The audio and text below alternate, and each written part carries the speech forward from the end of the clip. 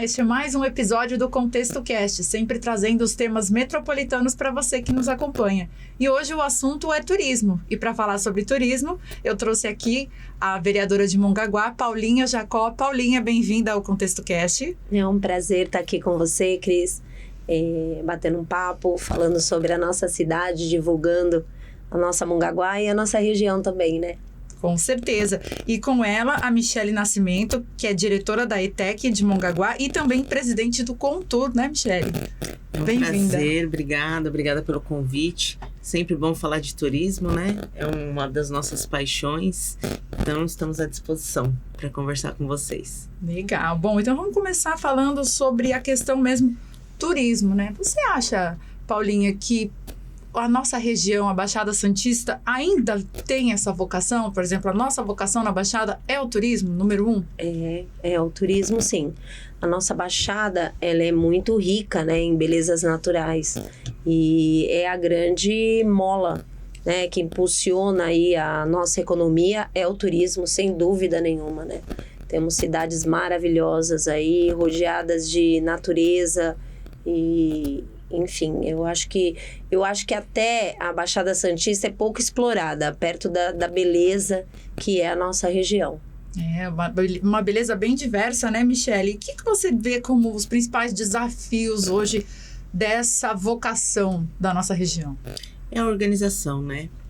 Eu acho que nós pecamos a região por uma organização. É uma luta do turismo desde a época que eu fazia faculdade de trabalhar a regionalização na Baixada, né? Tanto que virou a Costa da Mata Atlântica, porque Baixada era um nome que soava ruim.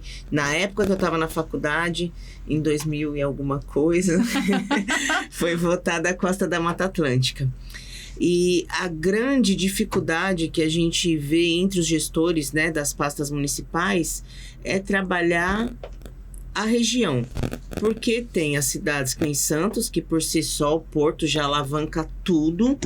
A gente vai falando dos primos pobres, né? Que é Mongaguá, Itaim, Peruíbe, que está distante. Ainda a Praia Grande tem um cenário melhor que nós, com as nossas cidades. E eu acho que se nós conseguíssemos trabalhar mais de forma regional, a gente trabalharia que nem trabalho interior, que faz roteirização das cidades. Cada cidade tem um potencial e o turista, ele roda a região. Sim. Hoje, se a gente falar de Serra Negra, que está lá com a fonte... O Circuito das Águas, né? Tem o Circuito das Águas, que é fortíssimo, e tem quando Serra Negra viu que ela estacionou, falou, o que eu vou trazer? Trouxe uma fonte... Fontana de Treve. A Fontana de Treve, que faz fila na pista para poder chegar até lá e jogar uma moedinha, né? Exato. Então, aqui, se a gente fortalecesse o potencial de cada cidade, porque além da praia, que é um atrativo natural, nós temos uma riqueza cultural e de ecoturismo muito grande na nossa região, e organizasse essa atividade, a ideia, eu acho que é sempre vender a região, não vender uma cidade isolada. Vender a região, porque se você fizer um pacote, você tem um atrativo de uma semana para o turista ficar aqui na nossa região. Com certeza. Né? Paulinha, você que foi secretária de turismo também, né? Tem essa experiência. Conta pra gente como que, na sua gestão, né? E pro futuro, claro, como você preparou Mongaguá pro turismo e como que você sente que as cidades da região também poderiam se preparar nesse sentido? Então, Cris, quando eu assumi o turismo, e a ETEC teve um papel muito importante na transformação, né, que nós fizemos no turismo, nós chegamos lá, não tinha os pontos turísticos em Mongaguá, eles não tinha a receptividade, né? Eles não tinham aquele calor que quem trabalha no turismo tem que ter, né? Aquele acolhimento não tinha. E a ETEC foi fundamental, porque no começo, logo que eu assumi, sou jornalista de formação, e foi um desafio muito grande que eu enfrentei, assim, né, de aceitar o convite do ex-prefeito Márcio, de assumir o turismo de Mongaguá. E aí eu conversei com a Michele, sei do trabalho fantástico que ela desenvolve lá com os jovens. Falei, Michele, eu preciso muito, e lá tem o curso de turismo, que é muito forte. Aí eu falei, eu preciso da sua ajuda, a gente precisa treinar, capacitar esses funcionários para que eles tenham essa humanização nesse atendimento, que eles tenham esse calor, que eles tenham esse acolhimento ao turista, né? Que hoje... Na época não tinha. Então, todos os funcionários foram capacitados, treinados. O turismo de Mongaguá, ele foi totalmente reestruturado. Os pontos turísticos que estavam em situação precária de manutenção, eles foram todos reformados. Reabrimos o Parque Ecológico, que é, na minha opinião, o mais lindo da região. Parque Ecológico de Mongaguá foi totalmente transformado. 4 anos ele ficou fechado, né? Por conta da pandemia, depois por conta da falta de manutenção, e hoje ele está aberto aí à população. Visitem, que é lindo demais. E então foi feito um trabalho assim de transformação mesmo, sabe? Eu acho que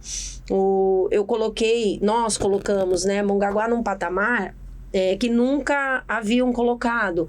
Mongaguá ficou conhecida pelas feiras. Nas feiras, a gente estava sempre participando do Conexidades, com os produtos de Mongaguá. Tem a bananinha, tem o mel da área rural, e nós levávamos sempre, divulgando os produtos da cidade, as belezas naturais da nossa cidade, os nossos pontos turísticos. Então, nós fizemos um trabalho aí realmente de transformação. E eu era muito participativa nas reuniões de secretários, né, de turismo, e a gente sempre discutia, né, as cidades, nós temos belezas diferenciadas, né, Sim. Como a Michele falou, Mongaguá e tem aí em Peruíbe, nós temos mais ou menos o mesmo, a mesma linhagem de turista, o mesmo perfil. Então, o trabalho, ele tem que ser em conjunto. A gente fala que não é somente Mongaguá, você tem que atrair turista para toda a região. Sim. Por isso que eu sinto muita falta do Roda São Paulo. Ah, sim. Né? O Roda São Paulo, quando o Estado acabou com o projeto, foi uma coisa assim que realmente deu uma queda. Por quê? Porque ele fomentava o turismo em todas as cidades, sim, né? Sim. Você conhecia as cidades. A gente tem que conhecer a nossa região. A região da Baixada Santista é muito rica, né? A nossa costa da Mata Atlântica, né? É muito rica em belezas naturais. E nós precisamos conhecer primeiro a nossa região. Com certeza. Até a vereadora falou sobre o Roda São Paulo. A gente vai deixar o link sobre o que foi o Roda São Paulo, mas... para saber, um ônibus, né, turístico que rodava aí as 9 cidades da região. Ele tinha um ponto ali, uma parte ia para o norte, outra para o sul. Você podia comprar o bilhete e fazer em 2 dias diferentes, porque realmente ficava muito extenso. Mas era completo. Espetacular. Todos os pontos turísticos da nossa região ali contemplados num passeio acessível também. Acessível. Né? O bilhete era R$10 na época. E você conhecia as cidades da Baixada. Você parava, que eu assessorei o Caio Matheus em Bertioga, e por várias vezes eu via o ônibus do Roda São Paulo parar ali na Fortaleza. Sim. E descia os turistas, e já tinha lá aquela feirinha de artesanato, e os artesãos vendiam os produtos de Bertioga. Então, aí saía de lá, ia para outra cidade, ia para o Guarujá, ia para Mongaguá. Então, isso aquecia, foi e nós pedimos, né? Sim. Nós falamos com o secretário para voltar, Tem um projeto, não sei como que tá o projeto no estado, mas eles têm um projeto para voltar ao Roda São Paulo. Ah, não, seria ótimo, até inclusive se partisse, por exemplo, do Porto de Santos. Às vezes o turista é estrangeiro, ele vem, ele não sabe nem para onde ir. Normalmente lá fora o pessoal pega o tal do ônibus vermelho, né? Em qualquer lugar. Poxa, podia ter uma proposta assim também, verdade. Né, Michele? Então, quando eu falo da regionalização, esse é uma dos pontos. Aproveitar o turista que fica aqui do Porto. Às vezes ele roda aqui Santos, é muito rápido, mas desce para a Baixada. Em um dia ele consegue visitar muitas coisas dentro da nossa região. E o Roda São Paulo, ele tinha às vezes 2, 3 ônibus por rota. Então, se você viesse cedinho para o Guarujá ou para Bertioga, você poderia passar o dia lá e pegar o ônibus da tarde para voltar. Né? Então, com um preço super acessível. E as pessoas da nossa região não conhecem o potencial que nós temos. Às vezes a pessoa não conhece o turismo da própria cidade. Sim. Né? E o melhor boca a boca é o morador, quem mora na região, para estar divulgando. Hoje a gente tem a rede social, é uma foto que posta, que marca. Então, o legal dele que era isso, porque as pessoas começavam a conhecer o que tinha dentro da sua região. Sim. Às vezes você vai para longe e tem atrativos tão próximos, né? E legal e bonito como. E assim, vocês tocaram num tema que eu acho legal, assim, vocês como moradoras de Mongaguá, vamos supor que eu sou uma turista lá, o que você recomendaria? Primeiro a Paula, depois a Michele. O que você recomendaria para mim? Então, olha, Paula, cheguei aqui em Mongaguá, o que eu não posso deixar de ver? O Parque Ecológico de Mongaguá. E a maior plataforma de pesca em concreto armado da América Latina, né? O Poço das Antas, a Santa. Isso. O nosso turismo rural, né? Tem nossa as área rural maravilhosa. E faz lá café colonial. Você consegue comprar também lá o mel que é produzido, o cacau. Tem cachaçaria, pesca e pague. Tem muita coisa para você. Então, a Paula, quando ela falou do que ela estruturou, na realidade, ela fez a lição de casa bem feita, né? Porque a gente fala que o gestor, primeiro, antes de pensar em trazer projetos novos, você tem que estruturar a sua casa. Quando a gente conversou na ETEC, eu falei, estrutura a casa. Reativa tudo que está fechado. Então, quando ela assumiu, esses pontos turísticos, a maioria deles estavam todos fechados. Sim, verdade. Ela colocou em pleno funcionamento tudo. Então, primeiro cuidou da casinha, organizou tudo antes de pensar em trazer verbas para novos projetos, né?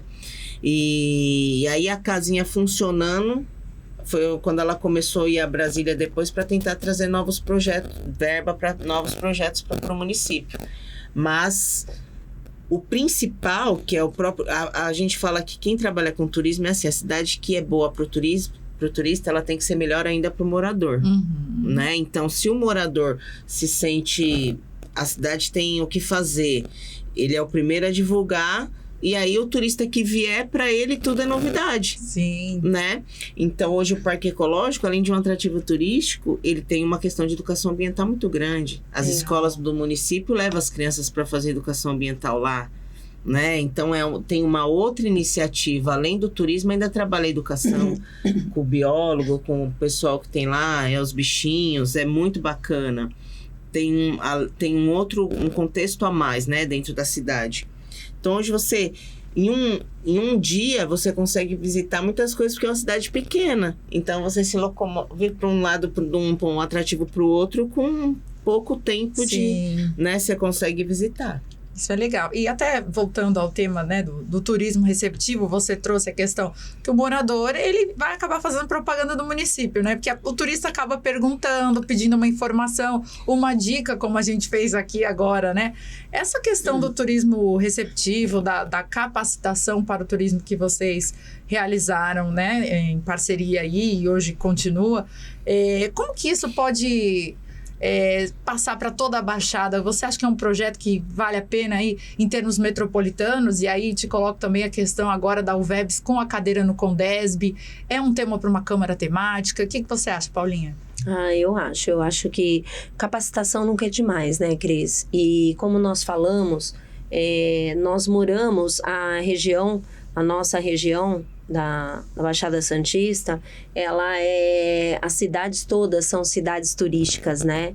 É claro que cada uma com uma realidade diferente, inclusive de orçamento. Santos, por conta do Porto, é uma cidade muito rica. Cubatão, por conta das empresas, também é uma cidade muito rica, mas está tendo um trabalho de ecoturismo lindo, né? Cubatão mudou muito, demais. Então, só que capacitação nunca é demais. Todos os moradores das cidades que são turísticas, ele é um guia turístico. Né? Então, por isso, eu sempre falei, nas reuniões, quando eu estava frente ao turismo de Mongaguá, eu sempre falei, a cidade, os problemas da cidade, sabe aquela coisa que família, brigas de família a gente deixa em casa, né? Então, eu acho assim, os problemas, toda cidade tem problema. Só que os problemas de Mongaguá, a gente não tem que passar pro turista. A gente tem que passar pro turista o que tem de bom. Por quê? Porque são cidades que vivem exclusivamente do turismo. Sim. Né? Elas vivem disso. O comércio vive disso. É a geração de emprego. Então, você tem que fomentar a sua cidade. Falar, Mongaguá é a melhor cidade para você visitar. Por quê? Porque tem o Poço das Andas. Tem quedas naturais. Tem o Parque Ecológico, que é maravilhoso. Tem a plataforma de pesca, que é a maior da América Latina em concreto armado. E aí tem o Mirante da Padroeira, que é lindo, né? Com 141 degraus. Belvedere. Mas é o Belvedere. Então, você tem que... na verdade, o morador de Mongaguá tem que saber a história da cidade. Quantos anos a cidade tem. É uma cidade que tem pouco tempo de existência e é tão linda, com 13 quilômetros de praia. Então...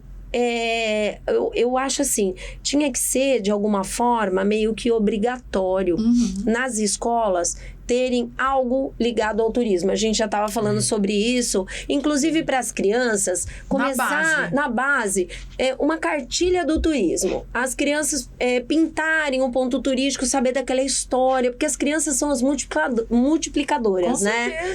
De todo conhecimento. Então, eu acho que tem que começar desde os pequenos e os pais também, né? Entenderem que nós precisamos daquele turista, porque sem o turista a gente fecha as portas do comércio, a prefeitura não arrecada, e aí vira o caos, né?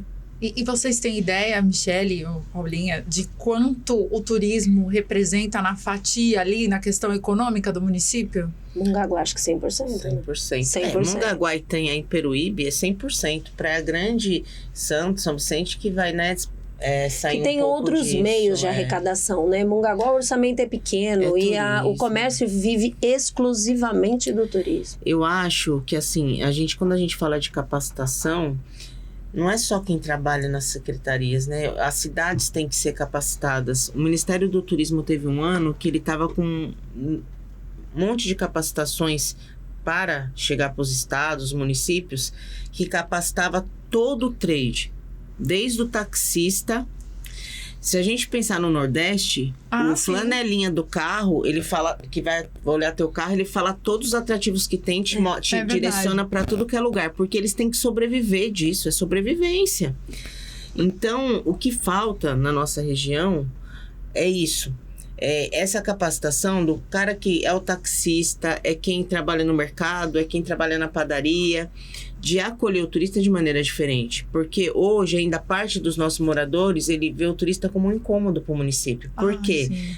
Lota ao mercado, os preços eles se alteram, as cidades ficam um pouco intransitável, ele não pensa no dinheiro que o turista está trazendo, que para a cidade, para o desenvolvimento econômico do município é muito importante, né? Então, essa visão, se ela é tratada na escola com os pequenos, porque as crianças são grandes educadoras, né? Elas trazem para casa a informação e compartilham, muda o olhar. Sim. Muda o olhar do morador para a cidade e falar, não, eu moro numa cidade turística, a gente tem que sobreviver do turismo, o turista é bom, quando ele está aqui, eu tenho que ajudar, direcionar, ele tenho que dar uma informação correta, tenho que falar, olha, você não é daqui, vai visitar tal ponto que é legal. E não falar mal, porque às vezes o morador não valoriza o que ele tem, né? Só você pega alguém que mudou de São Paulo para uma das nossas cidades, qualquer uma. Eles acham as nossas cidades maravilhosas. Maravilhosas, amam. Tudo. Acham que o serviço é melhor que São Paulo em tudo. Que a qualidade de vida é tudo. E quem mora aqui não valoriza, né? Exatamente. Então, a cultura, a gente tem que mudar. Isso é cultural, né? Tem que ir trabalhar com a cultura. Essa é a virada de chave do morador entender que o turista é importante e não é um incômodo. É educação. E capacitação para o trade bilíngue, tá? Porque o Ministério do Turismo dava essa capacitação de atendimento básico ao turista bilíngue, inglês e espanhol, porque as nossas cidades estão cheias de estrangeiro. Sim. Você vê um monte de estrangeiro andando para lá e para cá, né? Então, acho que é importante. Realmente, porque hoje em dia, né, o mundo fala inglês, né? É o idioma mundial, assim. Dentro do turismo, a gente fala que nem língua estrangeira mais, né? Inglês e espanhol é obrigatório dentro do turismo. O profissional que tem um diferencial a mais, ele vai ter um outro idioma. Inglês e espanhol é obrigatório para o profissional do turismo, né? Não se considera uma língua estrangeira para a gente que é da área. Então, você tem que ter um idioma a mais. E voltando assim o foco para a nossa região, a gente falou de costa da Mata Atlântica. houve uma série de questões, até lembra um tempo que fizeram o Circuito dos Fortes, que a nossa região também tem muita história, né? Muito rica em história. O Circuito dos Fortes, esses projetos, Paulinha e depois a Michele, por que vocês acham que são iniciativas que, a princípio, elas são apresentadas muito lindas em apresentações de PowerPoint, coisas maravilhosas, e no fim das contas a coisa não caminha como imaginou? Então, Cris, é muito triste. Eu sempre falo, né? Quando eu assumi o turismo de Mongaguá, eu tinha projetos assim e fui em busca de verba. Mongaguá é uma cidade que tem um orçamento pequeno, mas eu sempre falo que o projeto, ele só vale a pena se ele sair do papel, né? Porque é uma idealização, é um sonho que você coloca ali. E tudo é possível, né? Então, eu fui para Brasília tentar verba. E um dos projetos, eu consegui a verba agora, que é a construção de uma escola de educação ambiental dentro do Parque Ecológico. Consegui o apoio do deputado Bruno Lima, que ele vai vir visitar o nosso Parque Ecológico, né? Mas isso é um dos projetos. Mas tinha projeto de teleférico que liga o Mirante da Padroeira até o Hotel Desativado Montemar, um parque de aventuras no Poço das Antas. Então, são projetos com um investimento muito alto.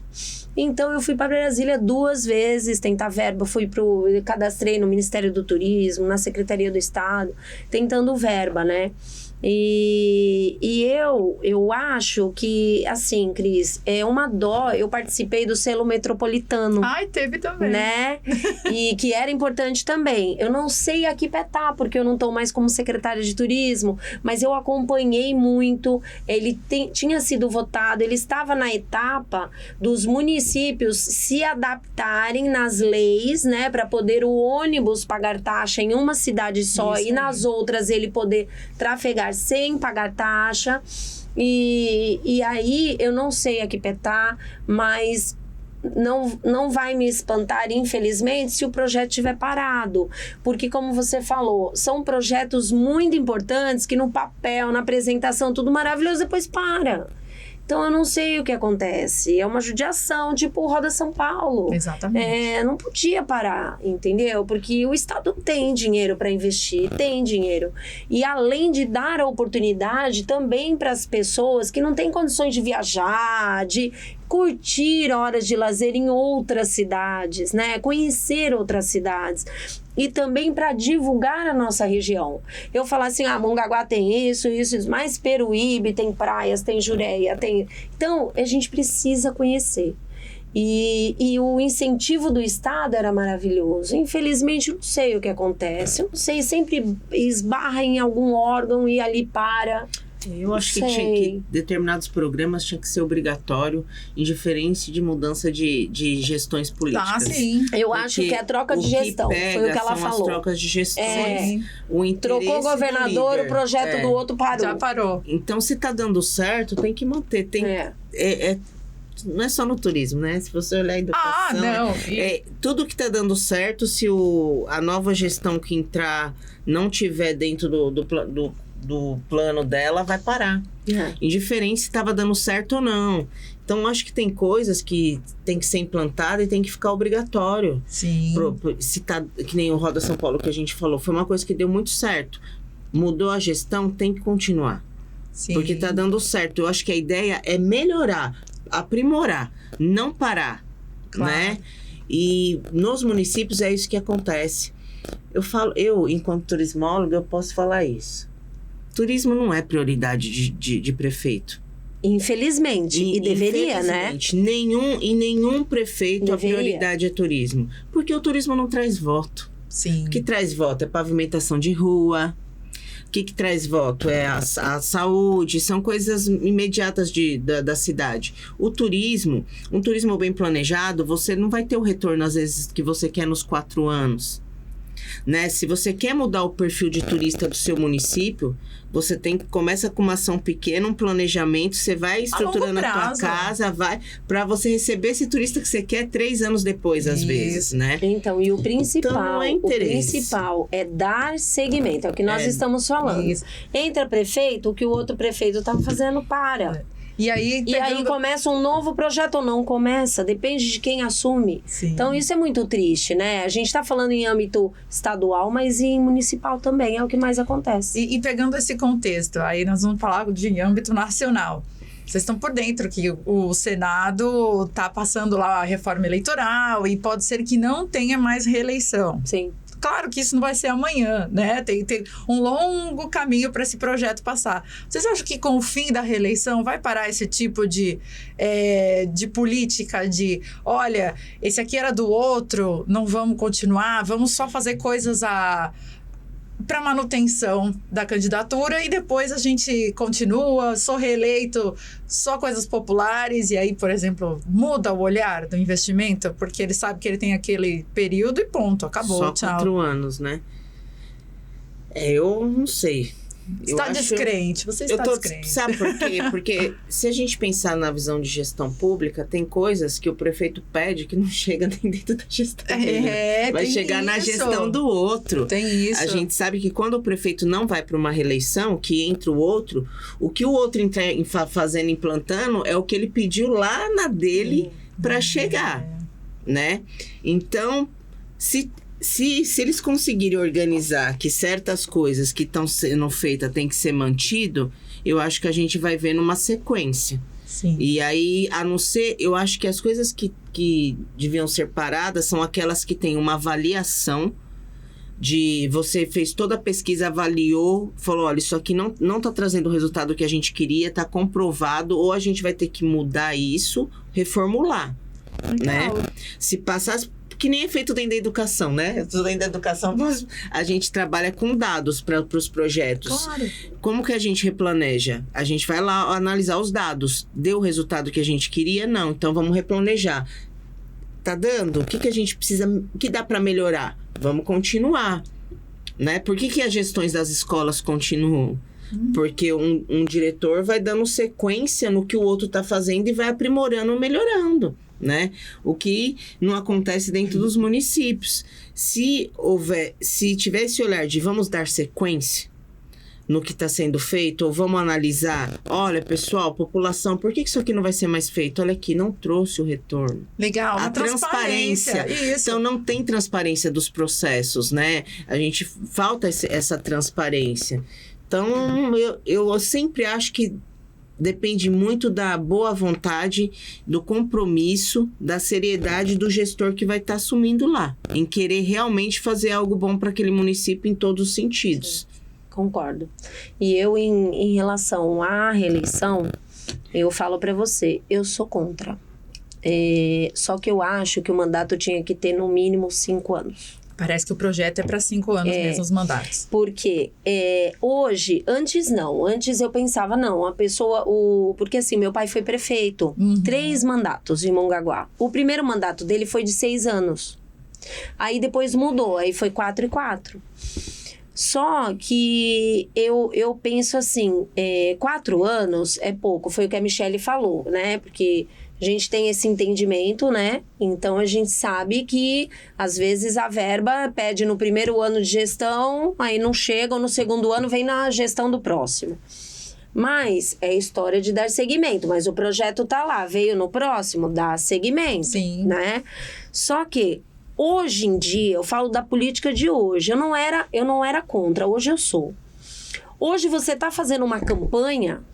O candidato já tá pensando em 2028. Já tá com a máquina na mão, né? Não, ele falou assim, não, eu tenho que vamos falar assim, não, essa liderança tem que ficar comigo porque em 2028, gente... Não sei nem se eu vou estar viva. E quando você projeta o seu trabalho para 2028, você não faz o hoje. É isso aí. Não é? Você tem que pensar no hoje. 2028, a Deus pertence. Eu não sei se eu vou estar aqui. Eu tenho que ver hoje. Hoje eu estou como vereadora. O meu projeto para Mongaguá é agora. Sim. Não é daqui 3, 4 anos. É de agora. Então, o problema das cidades é fazer... Eu sei porque eu estou no meio e a gente ouve muito isso, tá pensando em 2028. Se você tem um projeto para 2028, o de agora você vai deixar correr, você vai se preocupar com 2028, com as lideranças, com o grupo que você vai formar. Então, assim, e a cidade, como que fica? né? Então, hoje eu sou contra a reeleição. Hoje eu sou contra, mas eu acho sim que tem que durar no mínimo 5 anos ou 6. Eu também. Mas eu acho que 8 anos é muito, muito tempo. Muito tempo. Eu acho. E eu penso assim, a direção da ETEC é a eleição também. Uhum. Eu tô indo pra minha reeleição, pro meu segundo mandato. Virei agora junto com a de prefeito. Eu vou ficar quase 10 anos porque eu fui indicada no período da pandemia, demorou para ter a primeira eleição. Enquanto, né, diretora de escola gestora, eu falei, eu já penso, se pudesse mais, eu não quero. Gente, você tem que, porque você tem uma hora que tem você... um desgaste, né? Você tem um desgaste muito grande e você não se enxerga nesse processo. Se você não se enxergar, você quer se eternizar uma coisa... Às vezes o outro que tá vindo aí, ele tá com gás, ele já tá com gás que eu já perdi. Ideias novas, entendeu? né? Eu já ideias novas que ele vai aprimorar esse trabalho e continuar alavancando. Eu acho que ele é muito... Que não ter a reeleição, se der esse período de 5 anos e ter bem estruturado, bonitinho, os municípios vão ganhar. Porque aí sai o interesse do político e ele vai ter que aprender a fazer a gestão no tempo. Com eficiência. Com eficiência, que é o quê? 70% no presente, 20% futuro e 10% passado que não tem mais volta, que é o que é a análise do que não deu certo que a gente vai replanejar aqui, né? E o futuro tá lá. E vai trabalhar dentro do que ele tem. Sim. E aí a cidade vai ganhar. Sim, né? com A cidade certeza, vai ganhar. com certeza. E vamos começar a olhar para a cidade e não pelos interesses pessoais ou de grupos políticos, né? É isso, e é isso que falta, né? Bom, meninas, eu quero agradecer o nosso papo. A gente acabou, né, falando de tudo um pouco, além do turismo, que eu acho que é um tema muito rico. Então, primeiramente, Paulinha, obrigada pela presença. Eu que agradeço a oportunidade, adorei, é um prazer sempre estar aqui participando, né, de programas aí, ações da UVEBS. E estar com você também, Cris. Um prazer. Obrigada, eu que agradeço. Michele, também prazer te conhecer hoje, né? E que a Paulinha a gente já se conhece. E muito obrigada pela sua presença aí hoje. Cris, eu que agradeço. Obrigada pelo convite, né? Sempre que quiser. A gente gosta de falar. Muito. A gente passou. Se quiser falar de educação, chama também que a gente... Pode deixar. E a você que nos acompanhou até agora, também, meu muito obrigada. E até a próxima.